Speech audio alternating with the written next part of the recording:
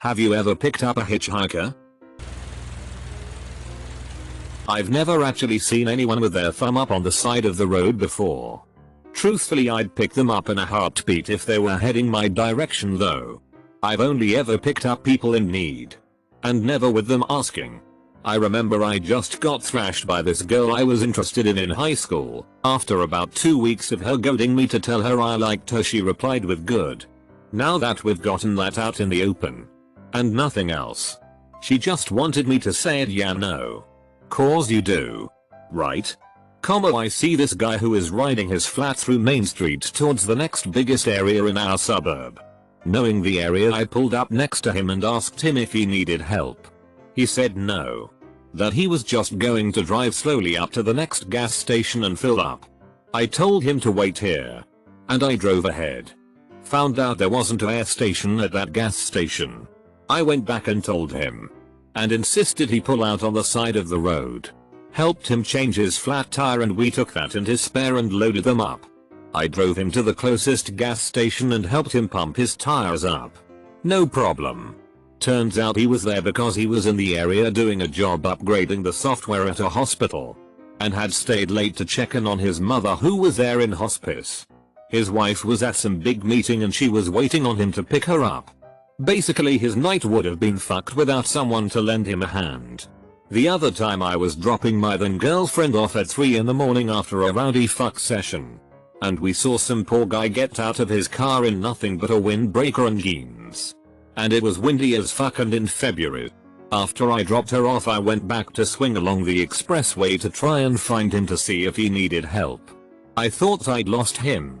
But he was shivering his ass off all of 300 yards from where I'd last seen him. His buddy told him he'd go get him some gas but he just pocketed this guy's $20 and bought some pot instead. This crazy motherfucker was about to try and walk 4 miles through a snowy city to try to get back to his house.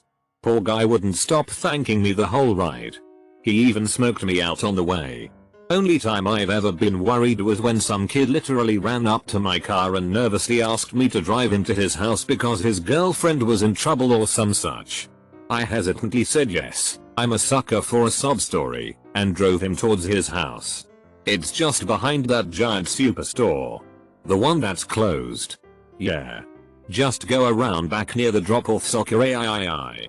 Then we get there. He refuses to get out. Basically just kept thanking me. Then asked for money because his girlfriend needs medication.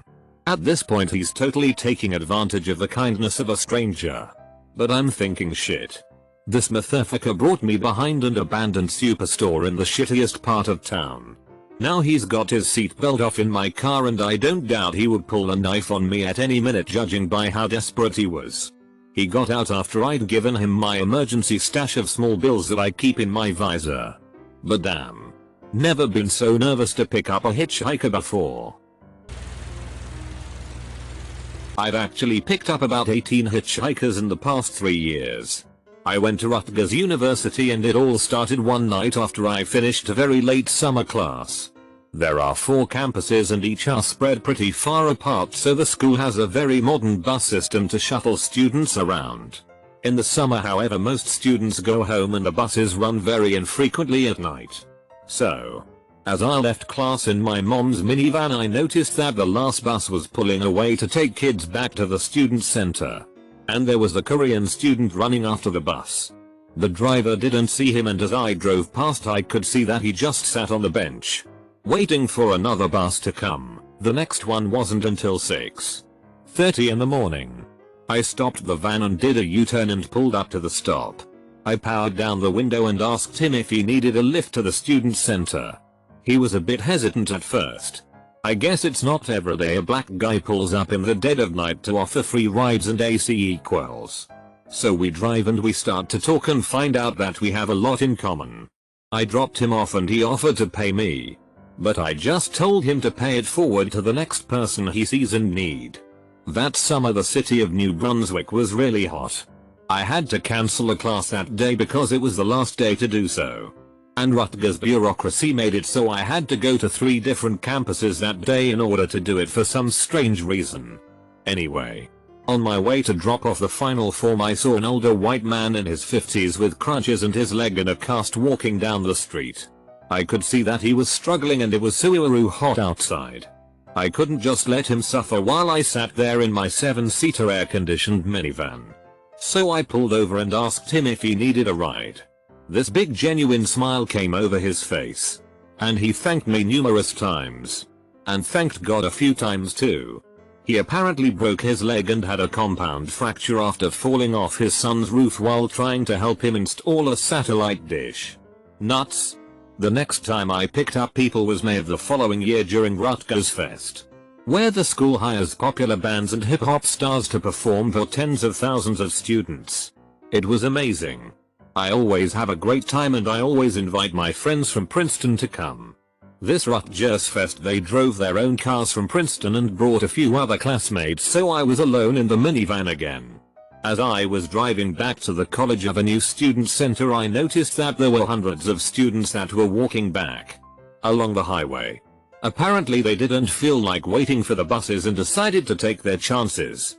So here I am watching this sea of kids walking back along the highway. As the sun began to set, I turned the minivan around after reaching New Brunswick and sat in traffic for a while, which I should have anticipated. When I was finally clear of the traffic I pulled over to the side of the road and honked. I waved my hand outside the window to a group of 5 kids I saw in my rearview mirror. They looked confused at first. And then one of them realized that I was trying to help them and started running to the van. And the others followed him. I asked if they needed a lift and they were really overjoyed that I was helping them out. They each gave me their hands to shake and I drove them back to campus, where they shook my hand again and thanked me for helping them out. I did this 2 more times. And each group was really happy. I decided that it may be time to go back home and take the 45-minute drive back to Hillside, as the sun had already set. But something almost compelled me to go back one more time. Just one more time. So I did. And unfortunately most of the groups of kids were way too big to all fit in the van. So I drove back to campus with no one. But this feeling, just one more time, you have to go back, just kept gnawing at my soul. So I went back and saw this one kid by himself. It was pitch black out, but I could see that he was angry as he was throwing bottles under a bridge on the way back. I drove past him about 100 feet and thought to myself, are you really sure he deserves your help? I thought back to all the lessons in church I had about helping people in need and not judging people, so I decided to take a leap of faith and against common sense to help this kid out. I was on the side of the highway now and I reversed parallel to him. He was so mad that he didn't even notice and he kept on throwing rocks and bottles at the concrete in the distance. I honked the horn and asked him if he needed a ride. He was startled and I could see that he wasn't crazy after all. He said that his friends ditched him and he was forced to walk back along the highway. I told him to hop in and he thanked me a lot and occasionally turned to look at me, sort of like I was a very unexpected angel. I dropped him off near the student center and shook his hand. He thanked me again, and I told him to take it easy and to pay it forward to someone else in need. All these events really made me feel good and reaffirmed my faith in humanity and God too. They were all just simple acts of kindness. A simple car ride. But there was just something about being that unexpected stranger, that good Samaritan that didn't just think about helping others, but actually gathered up the courage to turn my thoughts of compassion into reality that really had profound effects on my life. Those times I picked up those strangers, we went from being black or white, Hispanic, or Asian to just being people glad to be in each other's company by the end of the trip. I've always appreciated moments like that. I hope you have too. I have given 2 different strangers rides. The first was a homeless man that had a bag full of empties and was trying to get to the store, but his bag ripped a mile from his destination. The second was a guy that tried to sell me some crack and pot outside a bar. I gave him a ride back to his house on the outskirts of town. I actually had really great conversations with both of these guys. Mostly about their criminal pasts and the downward cyclic spiral that the justice system forces them into. I'm going into forensics, so we actually had really constructive talks. First time I picked up hitchhikers was when I was in Banff on a court and decided to go skiing. I had reserved a small rental car, but ended up with a Dodge Charger that looked like a hearse. On my way back to town from the hill I saw a couple of kids with snowboards in their gear, offered them a ride and they were dumbfounded, reading themselves to walk quite a ways carrying their boards. They told me that they always walk because nobody ever stops for them with their boards. By chance I had this massive rental car and lots of time to kill. The look of stunned appreciation from people not expecting a favor is awesome. I have a buddy who used to drive trucks across Texas. One day while leaving Austin, he picked up a little squirrely looking black dude who said he was going 90 miles north. About 5 minutes into the ride, the little squirrely guy goes, "You ever had a boy suck your dick?" Double quote. Yeah. My then girlfriend was feeling randy and wanted to have a threesome.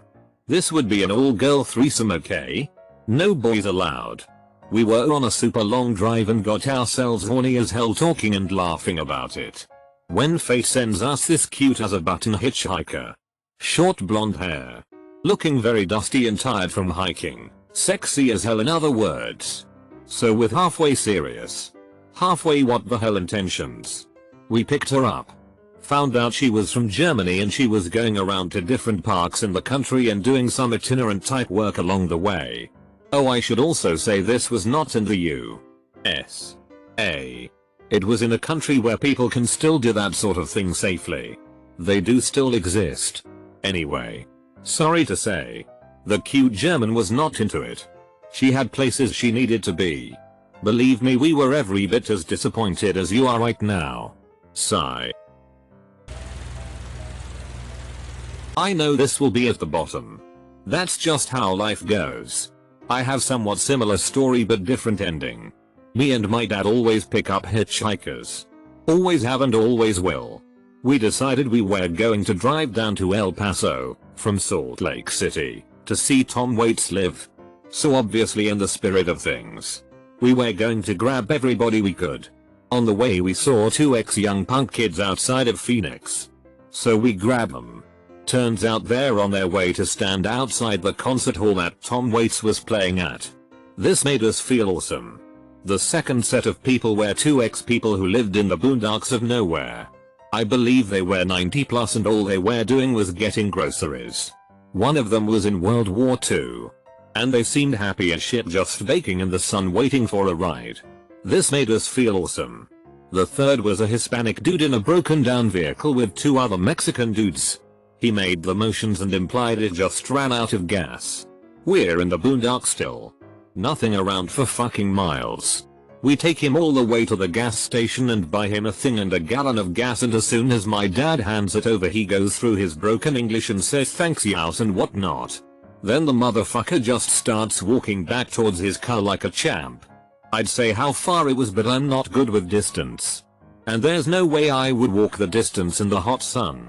So we grab him and shuffle his ass back to the car and give him a ride back to his car. I think it was about a 15-minute drive on freeway, when we finally drop him off. And I'll never not hear this in my head when I think about it. He said in the best English that he knew I thank you. I love you. Double quote. Best road trip of my life. Edit. Lol. I'm at work and I started crying when I had to retype this. P.S. My dad is awesome. I never learned how to work with my hands or anything, but he taught me how to be an awesome person. Just about every time I see someone I stop. I kind of got out of the habit in the last couple of years. Moved to a big city and all that. My girlfriend wasn't too stoked on the practice. Then some shit happened to me that changed me and I am back to offering rides habitually. If you would indulge me. It is long story and has almost nothing to do with hitchhiking other than happening on a road. This past year I have had 3 instances of car trouble. A blowout on a freeway. A bunch of blown fuses and an out of gas situation.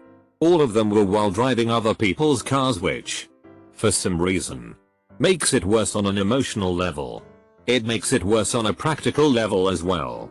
What with the fact that I carry things like a jack and extra fuses in my car, and know enough not to park facing downhill on a steep incline with less than a gallon of fuel. Anyway, each of these times this shit happened I was disgusted with how people would not bother to help me. I spent hours on the side of the freeway waiting, watching roadside assistance vehicles blow past me for AAA to show. The 4 gas stations I asked for a gas can told me that they couldn't loan them out for my safety, but I could buy a really shitty 1-gallon one with no cap for $15. It was enough each time to make you say shit like this country is going to hell in a handbasket. Double quote. But you know who came to my rescue all 3 times? Immigrants. Mexican immigrants. None of them spoke a lick of the language, but one of those dudes had a profound effect on me. He was the guy that stopped to help me with a blowout with his whole family of 6 in tow. I was on the side of the road for close to 4 hours. Big geep. Blown rear tire. Had a spare but no jack. I had signs in the windows of the car. Big signs that said need a jack and offered money. No dice. Right as I am about to give up and just hitch out there, a van pulls over and dude bounds out. He sizes the situation up and calls for his youngest daughter who speaks English. He conveys through her that he has a jack but it is too small for the Jeep, so we will need to brace it. He produces a saw from the van and cuts a log out of a downed tree on the side of the road. We rolled it over, put his jack on top, and bam.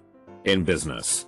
I start taking the wheel off and, if you can believe it, I broke his tire iron. It was one of those collapsible ones and I wasn't careful and I snapped the head I needed clean off. Fuck. No worries. He runs to the van, gives it to his wife, and she is gone in a flash down the road to buy a tire iron. She is back in 15 minutes. We finish the job with a little sweat and cussing. Stupid log was starting to give. And I am a very happy man. We are both filthy and sweaty. The wife produces a large water jug for us to wash our hands in. I tried to put a 20 in the man's hand but he wouldn't take it, so I instead gave it to his wife as quietly as I could. I thanked them up one side and down the other. I asked the little girl where they lived, thinking maybe I could send them a gift for being so awesome. She says they live in Mexico. They are here so mommy and daddy can pick peaches for the next few weeks. After that they are going to pick cherries then go back home. She asks if I have had lunch, and when I told her no, she gave me a tamale from their cooler. The best fucking tamale I have ever had. So, to clarify, a family that is undoubtedly poorer than you, me, and just about everyone else on that stretch of road, working on a seasonal basis where time is money, took an hour or 2 out of their day to help some strange dude on the side of the road when people in tow trucks were just passing me by. Whoa. But we aren't done yet. I thank them again and walk back to my car and open the foil on the tamale cause I am starving at this point, and what do I find inside? My fucking $20 bill. I whirl around and run up to the van and the guy rolls his window down. He sees the $20 in my hand and just shaking his head no, like he won't take it. All I can think to say is poor favor. Poor favor. Poor favor with my hands out. Dude just smiles, shakes his head and, with what looked like great concentration, tried his hardest to speak to me in English. Today you, tomorrow me. Double quote. Rolled up his window, drove away, his daughter waving to me in the rear view. I sat in my car eating the best fucking tamale of all time and I just cried. Like a little girl. It has been a rough year and nothing has broke my way. This was so out of left field I just couldn't deal. In the 5 months since I have changed a couple of tires, given a few rides to gas stations, and once went 50 miles out of my way to get the girl to an airport. I won't accept money. Every time I tell them the same thing when we are through. Today you, tomorrow me. Double quote. TL. DR. Long rambling story about how the kindness of strangers, particularly folks from south of the border, Force me to be more helpful on the road and in life in general. I am sure it won't be as meaningful to anyone else, but it was seriously the highlight of my 2010. Edit. To the OP. Sorry to jack your thread. This has nothing to do with hitchhiking. I sort of thought I could just get this off my chest. Enjoy the catharsis and watch the story languish at the bottom of the page. Glad people like hearing the tale, and I hope it moves you to be more helpful in your day to day. Thanks for all the hitchhiker love on this thread. I am a dedicated hitcher. Have put in thousands of miles in the US. And just finished a 12,000 kilometers trip through Europe. I've picked up my fair share as well. Remember, if you see a hitchhiker, try to put yourself in their shoes. Craziest story. Got picked up by a Nazi who was going to pick up his Nazi friend who had been unsuccessful at hitchhiking for 2 days from a gas station by the freeway. The guy had a big ass walking stick with a big swastika-like shield on it. No wonder the dumbass didn't get picked up. However, the Nazis were nice to my girlfriend and I. The girlfriend is from south of Spain, so not exactly racially pure for these fuckos. In the end, the crazy Nazi with the swastika shield confessed he was in love with a black stripper. And when we got out they gave us a beer. TL. Doctor got picked up by Nazis, everything went better than expected. They gave us a beer. Edit. Found a picture of me drinking the Nazi beer. Enjoy http. imgur. comu6f3v. JPG. Yes. Terrible idea. I was driving back into town one day and see this car on the side of the road about 30 minutes out. A little bit later I see this guy in a business suit carrying a duffel bag. So I slowed down cause I figured I was close and it's just some dude whose car ran out of gas a little too soon. Anyway, I pull over. He throws his bag in the back of my car. And I'm like, hey, where you headed? He just glares at me and says, just take me into town. So I was a little nervous and pretty annoyed. Then for some dumb reason I asked him what he had in the bag and he said none of your fucking business. So the whole rest of the drive I'm just thinking this can't be real. Thank God it was still light out. I was getting more and more nervous. We get into town. I stop at the first gas station cause I want him out of there as soon as possible at this point. And I drive away and make it home alive. Then later I go out to get my shit out of my car and realized the guy left his fucking bag. I was dropping a friend off at the airport. And some middle-aged guy with luggage came up to my car and asked for money for a taxi to where his hotel was. He kind of didn't know the city's geography. And the taxi would have cost around $80. He didn't look too happy when I told him that. And explained that he had just flown in from a job interview in Detroit. And was in town for another job interview the following day. After hemming and hawing, I let him jump in. And drove him the 40 miles to his hotel. He was apparently an engineer. Who, I kid you not, worked on rockets, the space shuttle, and other various flying things. He said he was on his last. And these job interviews were the last bit of hope for him. We just talked the whole time about his previous jobs. And various 3D rendering software technology. It was my first time picking up a hitchhiker.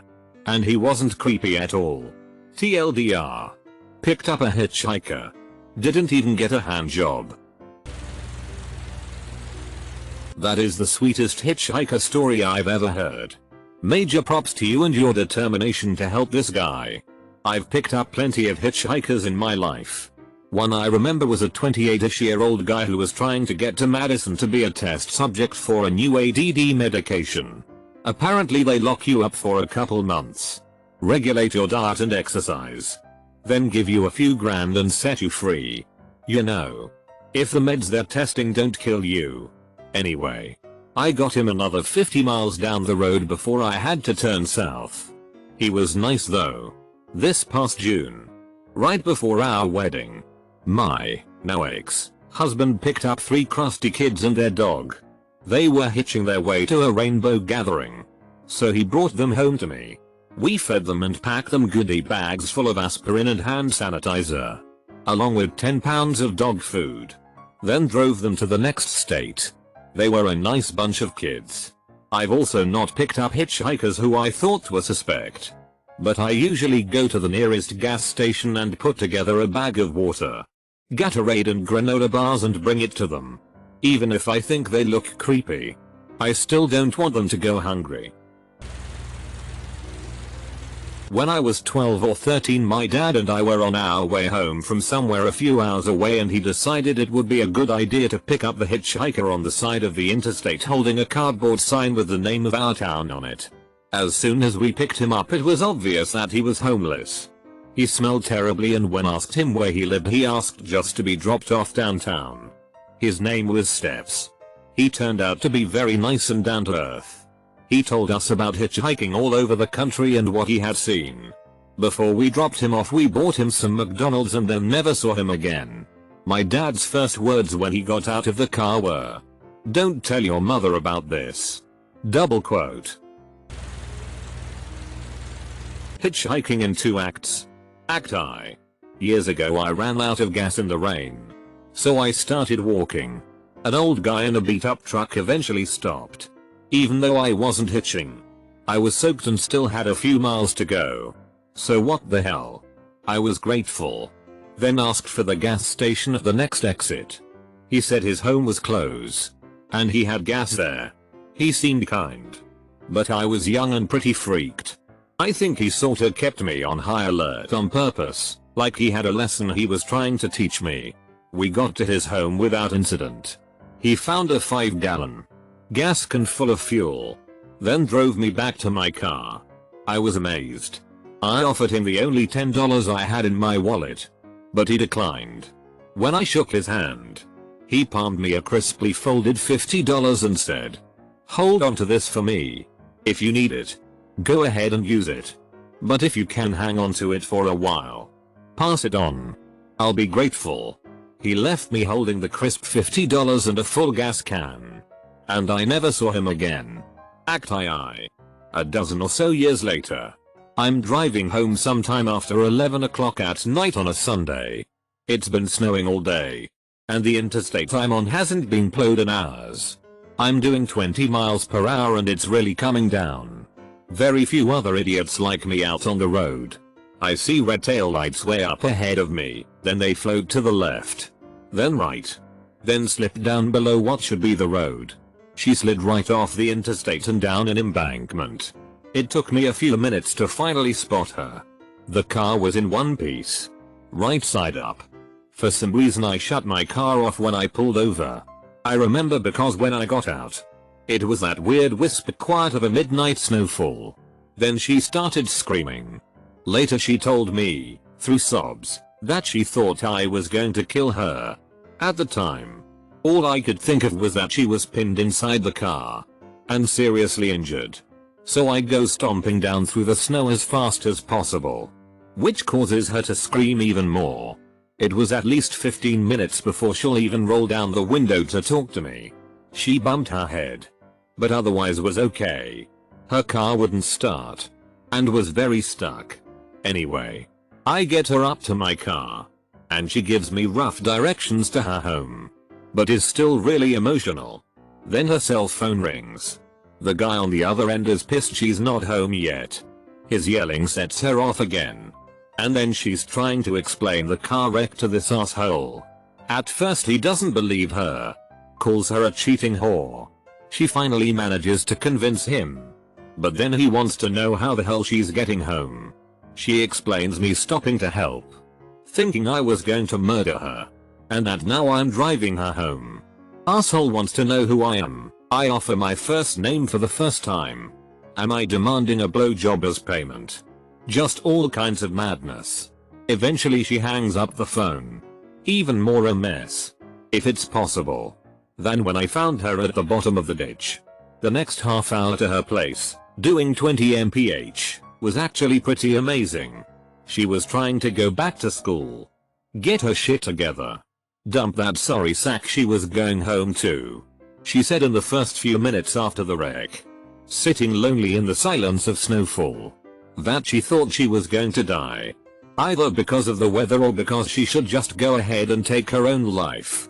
When she first saw me and thought I was going to kill her, she realized she wanted to live, and that she still had a life worth fighting for. She grabbed my hand, started sobbing again, and thanked me for saving her life. We pulled into her driveway, and she hugged me and thanked me again. I pulled out my wallet and gave her a crisply folded $50. Hold on to this for me. If you need it, go ahead and use it. But if you can hang on to it for a while, pass it on.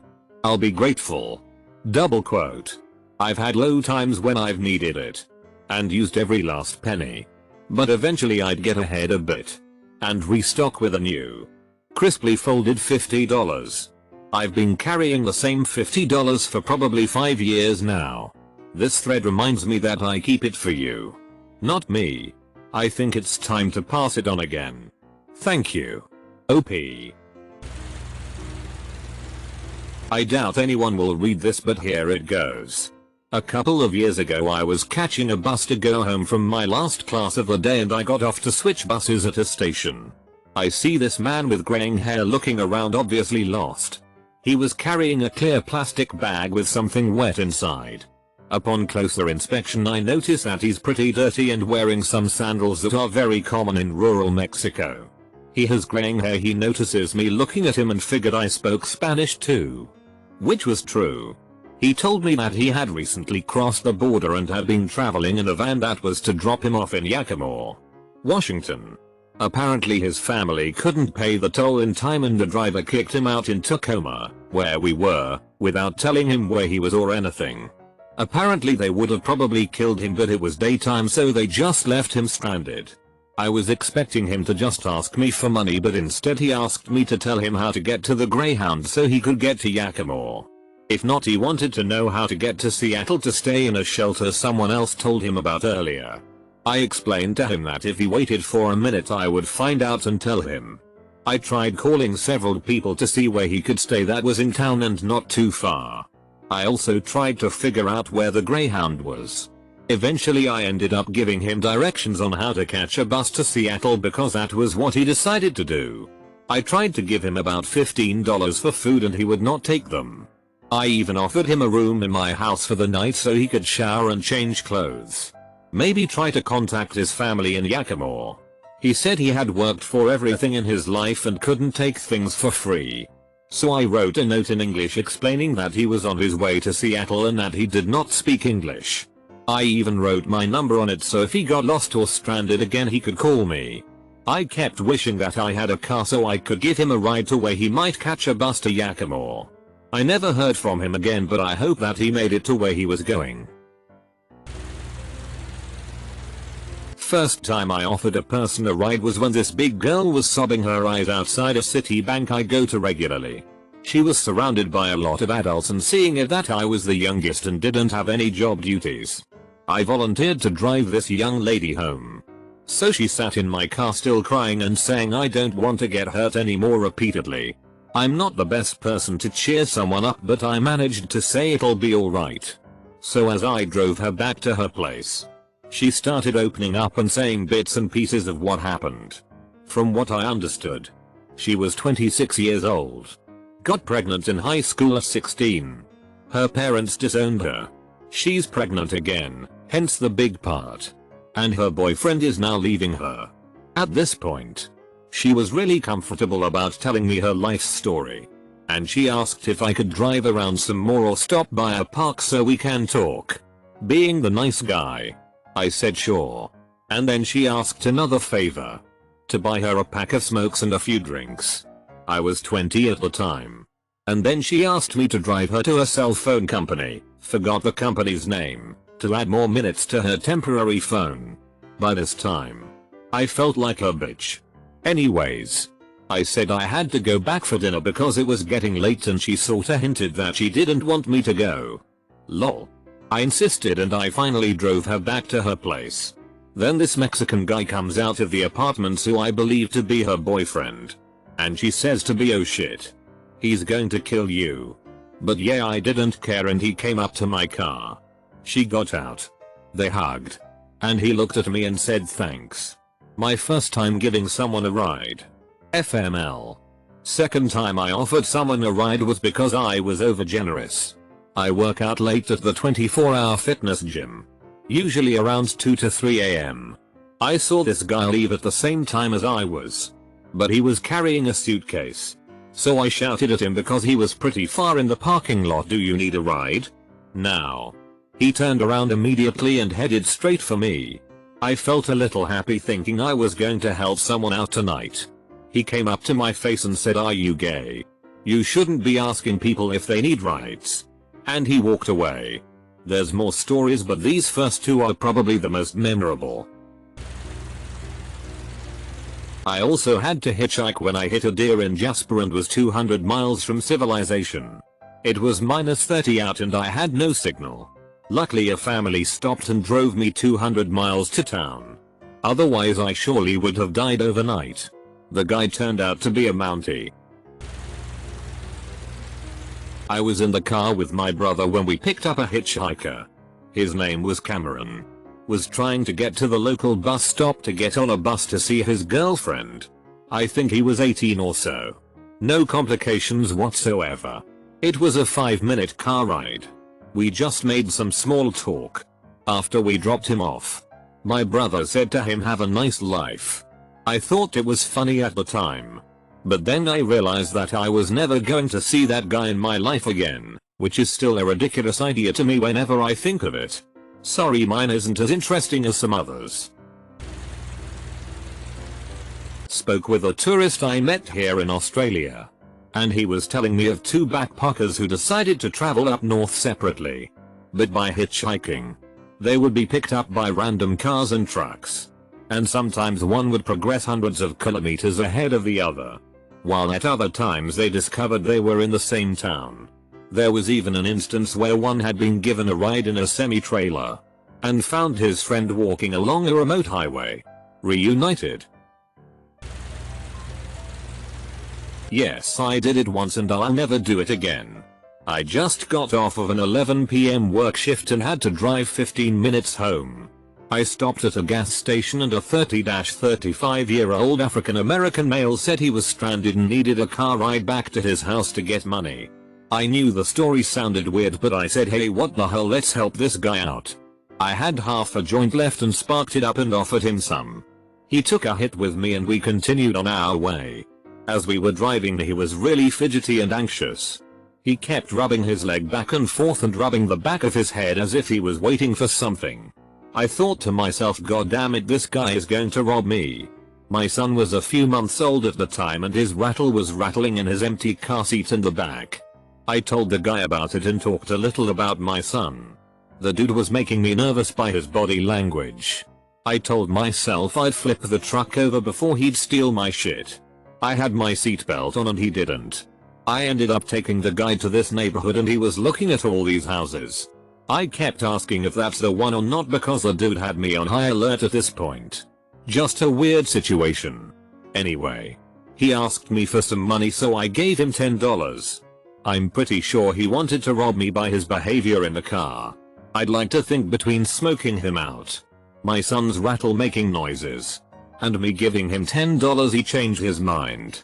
I still remember his face and looked for him on the news or newspaper. Never again will I give a stranger a ride home. Fuck that. On my road trip to LA from NJ I happened upon a hitchhiker. He was old, maybe 60, and walking in the middle of the desert in Texas. He had no backpack. No nothing. Just the clothes on his back. I passed him at first, but quickly slammed on my brakes and put it in reverse. I figure an elderly man walking in the middle of the desert isn't looking to rob, rape, or kill anyone. Once I pulled over he began jogging toward my car, but with a limp. I could already see the damage the sun had done to his unprotected face through my rearview mirror.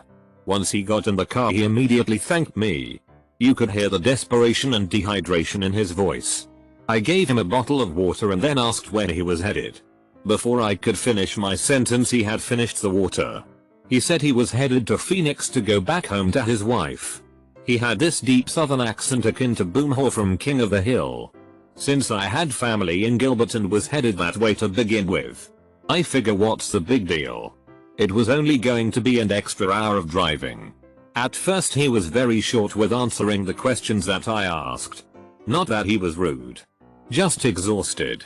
When asked how many miles he had walked since his last ride, he replied with relief, only 60, as if expecting to walk 200. I had a McDonald's gift card that my girlfriend sent me for the road trip, which I didn't consider using because McDonald's is a diarrhea factory and I wanted to make good time without having to shit on the side of the road in the middle of nowhere every 5 minutes. But this guy looked like he hadn't had a meal in a day or two. I pulled to the drive-thru of the next one I came across and asked him to order anything he liked. He seemed to become more chipper and have more energy once the opiates from the cheese hit him. And I must confess to the purchase of some French fries for myself. After that McDonald's stop there were no more rest stops or gas stations for miles. About 2 hours into the journey through the desert my car began to stall out. Looking at my quarter tank of gas I couldn't figure why my car was acting up. Before my road trip I had my uncle, mechanic his whole life, look over my car and fix everything that needed to be fixed. Change the fluids. The whole nine. I naturally had a GPS and ran a search for the nearest gas station, which was 22 miles away. Trust me when I say my car sounded like it couldn't even make one more mile. I immediately started going in the direction of the suggested route. Keep in mind there is nothing but desert and mountains as far as the eye can see. My car kept on putting its way like those sickly cars would you see in cartoons. At that moment I realized why getting cheap gas doesn't pay off in the long run. Clearly it was a bad mix and my car was trying to burn something that couldn't. After stalling several times I eventually reached my destination. And it was the smallest fucking town I had ever seen. The gas station was there just like the GPS said. Well, at least what was ever left from the fire that hit it maybe about 5 months prior. All while this is going on my guest just kinda sat there quietly. Probably too nervous to say anything and fear of possibly adding to my frustration. I stall again. I get out and walk a little bit. Taking my keys of course. I don't walk more than 50 feet before finding the first sign of life. A man watering his pavement. Yes. He was watering his pavement. Again. Small fucking town in the middle of nowhere. I asked if the gas station that burnt down was the only one in town and to my delight it was not. There was one more about a mile into town. I got in my car and with a putter my engine turned over and got me the rest of the way. Once I got to the gas station I loaded up on some snacks and drinks knowing I still had about 10 hours of driving ahead of me. By the way, at the checkout in the gas station bar grocery store, I asked the attendant how many people live in town. He said 315. He knew the exact fucking number. They had a population smaller than my high school. Anyway, having that old man hitchhiker in the car while all that was going on made it seem much more like an adventure. It gave me a little more motivation to solve the problem rather than just calling AAA. Don't really know why. Just did. From that point on it was smooth sailing. Once we got back on the road we began the awkward dance of finding a common musical interest that we can tolerate for the next 10 hours until we reach Phoenix. I mainly enjoy music like Justice and Kavinsky on these long road trips. Electro keeps me awake. Being the southern type he liked country. I'd rather be raped. Lo and behold there was one group we both shared a common affinity for. Leave it to the Beatles. With there only being about 2 hours left until we reached Phoenix I began to pry about why an elderly man such as himself was hitchhiking in the first place. Turns out he was younger than he looked. He was 53. But man was his story sad. Having lost his job of 20 years as a janitor he moved to Tennessee to work at a construction site. At his age. I guess maybe due to budget cut about a third of their workers got shit canned only after about 7 months after the start of the project. Probably to be replaced by cheaper labor. In these economic times I bet people would work for just about any wage. He had no other choice but to head back home. With his last check in hand he headed to the back to cash it in order to fund his trip back home. With a good chunk of change in his pocket he purchased a Greyhound bus ticket and gave a call to his wife tell her he is on his way. Once the bus started to board, tragedy struck. 2 guys jumped him. probably having seen his cash while he was paying for his ticket. He put up a fight, defending of course the only money he had left to his name, only then to get stabbed twice in the chest. He almost died and had to spend about a month in the hospital to recover without having any health insurance whatsoever. He racked a bill I am sure in the thousands. Side note. I raged when he told me about the fat fuck security guard at Greyhound that just witnessed all this without doing a goddamn thing. He showed me the scars on his chest. The hospital kicked him out as soon as they could. Because fuck the poor and destitute. America rules. His wife was barely making the rent. So he decided instead of burdening her with the cost of having to buy him a bus ticket, he decided to hitch it. From Tennessee to Texas, only truckers picked him up and dropped him off at whatever rest stop they stumbled upon before diverting in a direction other than west. I was the only passenger vehicle to stop for him. I am glad that I picked up a hitchhiker. It made me feel good doing something for a complete stranger in need for no reason other than for the common good. Just remember, there are fucked up people in this world. People who will do bad things in the face of charity and kindness. But there are also people who are just down on their luck looking for a ride home. Wherever that may be. And for those of you who are wondering, his name was Walter. Today you, tomorrow me. Just makes my heart sing.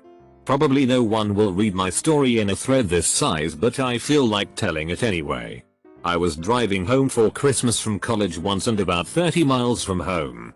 At an intersection on the outskirts of a mid-sized town, I saw what was unmistakably a body. It lay some distance from the road on a snowy field, motionless.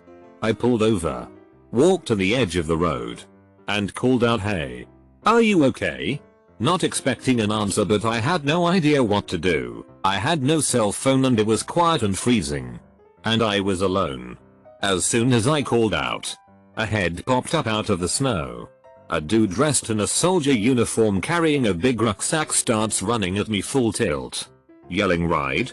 Ride?" I was thoroughly freaked but told him of course, and he got in. I cranked the heat to try to warm him up and we started down the road.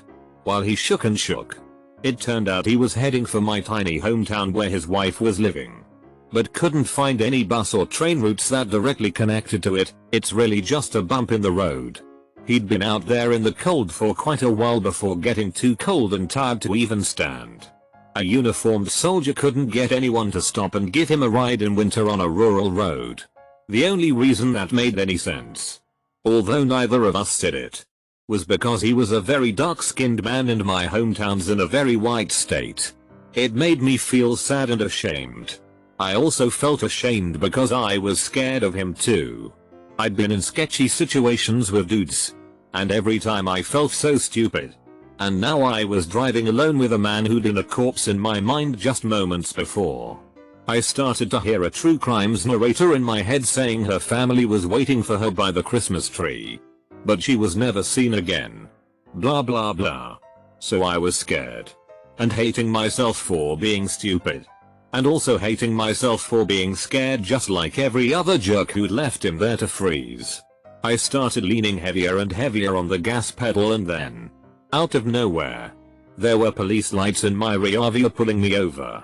I was dumb enough to be relieved until the cop shined his light on us, made a face, and then shined his light on the soldier's bag where an open container of Jack sat clearly visible. I explained, in my scared little white girl way, that I didn't know it was there. That I didn't know the man in my car. But he'd been freezing by the road and I was just trying to get us both home. And that fucker went and wrote me a ticket. Then he drove off in the opposite direction, instead of taking the soldier home himself or following us on the desolate road to be sure everything was okay. My internal monologue started right up again. At 4:53 p.m. her vehicle was pulled over by Officer Dickhead, who observed a large male in her passenger seat. Dickhead was the last person to see her alive. Now he's being sued by the grieving family for $1 billion. Then I looked at the soldier's face, and it was sadder and more scared than mine. Soon enough we get to my little town, and I drive him to his wife's house. We've barely spoken, but he takes out a fistful of cash and insists on paying for the ticket. I started crying, but he wouldn't let me give it back. When I got to my family and tried to tell them what happened, they just gave me that all too familiar "you're too stupid to live" look. Because obviously I'd narrowly escaped certain death by picking up a man who would have certainly been dead otherwise. For the life of me, I don't know why I told them. I knew better. I still stop when someone needs help. And I've been lucky that people have always stopped for me. I live 2,500 miles from my hometown now, in Oregon. As a matter of fact, where Rona just become my favorite neighbor. I don't know. I don't go back for holidays. I like Christmas a lot more these days. I live in Japan and I once picked up two guys hitchhiking. They had come from Okinawa, at the very southern end. Hitched all the way up to Hokkaido and were now hitching back. When I dropped them off, they gave me a candy bar. And we posed for photos because they were collecting pictures of everyone who gave them lifts along the way. This was kinda a pay it forward thing for me. Because in Australia our Japanese exchange student got lost one time and some random guy picked him up and drove him to our house. Dropped him off and drove off again without ever saying anything. This kid spoke no English either. I used to pick up hitchhikers with my friend in his old beta car. The key would slide out of the ignition when it was turned on. It was so worn out, so we used to pick people up, give them a beer and converse until they asked where we were going. Then we told them that we just broke out of jail. No key, lol, stole the car. Once a guy jumped out of the car at about 20 miles per hour. He was so scared. My roommate, a straight-laced, straight-A girl, and I were at the college grocery one night at about 1 AM buying foodstuffs, when a very skinny woman approached me. She said she and her husband had their car repossessed in the lot, and will I give them a ride to their apartment, about 3 miles away. So I tell them, sure, let me finish up, and I'll give them a ride. My roommate was having none of it, and was very upset. I told her, it's okay. Shit happens to people. Sometimes you should just be nice. Double quote. So we finish at the checkout, get the bags and the people, go to my car, and drive them to the apartment. They get out. No harm done. About 2 weeks later, I'm back at the grocery with my roommate, and the same woman with a different man comes up. Same story. Car repossessed, etc. I tell them, sure, I'll give you a ride. Just don't lie. He's not your husband. You used this line on me a couple of weeks ago. I don't know what he is, and I don't want to know, but sure, I'll do it. She was taken aback and seemed surprised, but accepts anyway. Again. Roommate is pissed. Again, no incidents. I suspect the woman was a prostitute, and these were her Johns. But who am I to judge? As long as they don't hurt anyone, I don't care. For the past year I've tried to pull over when I see someone buy a broken down car. I don't drive much, but I've probably pulled over about 15 times. This past summer I was on my way back to school and saw a guy who was sitting in his car on the side of the road, so I pull over to see if he needs any help.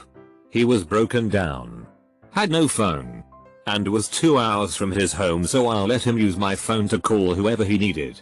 I've always thought that I wouldn't pick up a hitchhiker because, well, I don't know what would happen. But after he got off the phone I asked if he needed anything else and he asked for a ride to the nearest gas station, 20 minutes away. I didn't even think about it and told him to get in the car.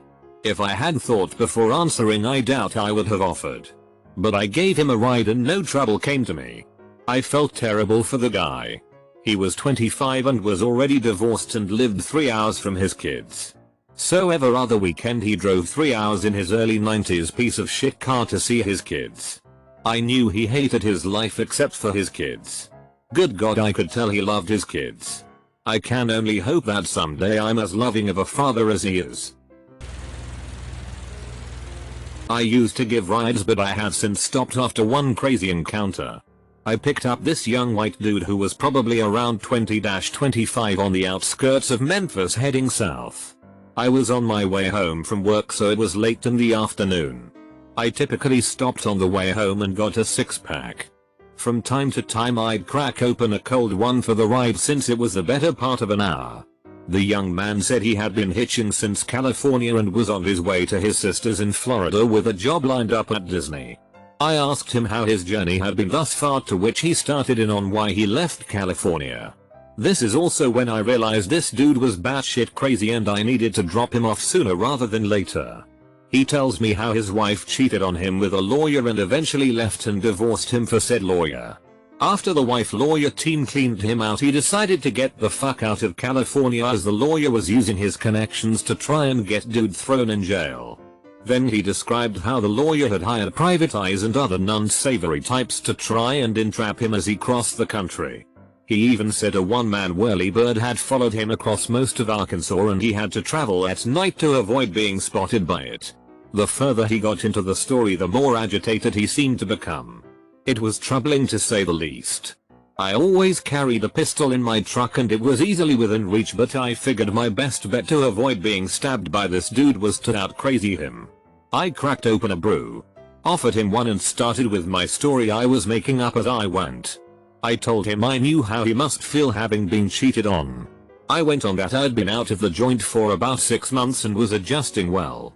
He asked me what I was in for and I told him I'd gotten really drunk, blacked out, and when I came to I had went crazy with a box cutter on my ex and the dude she was cheating on me with.